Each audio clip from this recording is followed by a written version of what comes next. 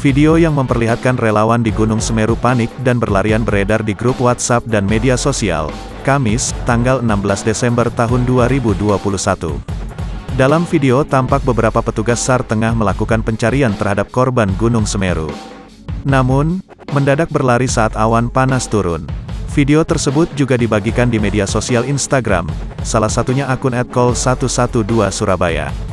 Video berdurasi 1 menit itu juga memperlihatkan orang yang mengendarai kendaraan roda 2 dan alat berat. Mohon izin selamat pagi, kita di tambang pasir Haji Satuhan. Keseluruhan Sargab disuruh balik karena lahar dingin turun. Ayo cepetan, cepet. Jadi diperintahkan untuk seluruh petugas pencarian balik kanan. Cepet-cepetan, suara petugas dalam video itu.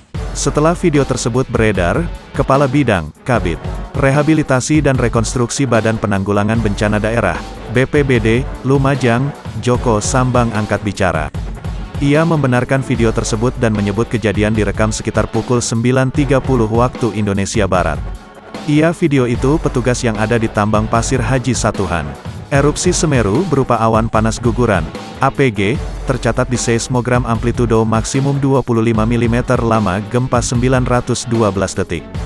Jarak luncur 4,5 km dari puncak arah Besuk Kobokan, kata Joko dikutip dari kompas.com, Kamis, tanggal 16 Desember tahun 2021. Selain itu, Joko juga mengatakan bahwa petugas SAR tengah mencari warga yang belum ditemukan. Harapannya kami hari terakhir ini bisa maksimal untuk pencarian korban. Kebetulan tadi pagi cuaca mendukung.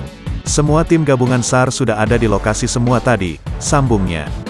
Demi keselamatan, Komandan SAR langsung mengontak petugas yang ada di 3 titik lokasi pencarian agar segera balik kanan. Karena dikhawatirkan ada APG susulan sehingga tim harus ditarik, tadi instruksinya langsung diambil alih oleh Kasih Ops dari Danrem. Untuk mengabarkan ke petugas melalui HT yang ada lokasi. Harus kembali ke posko, ungkapnya.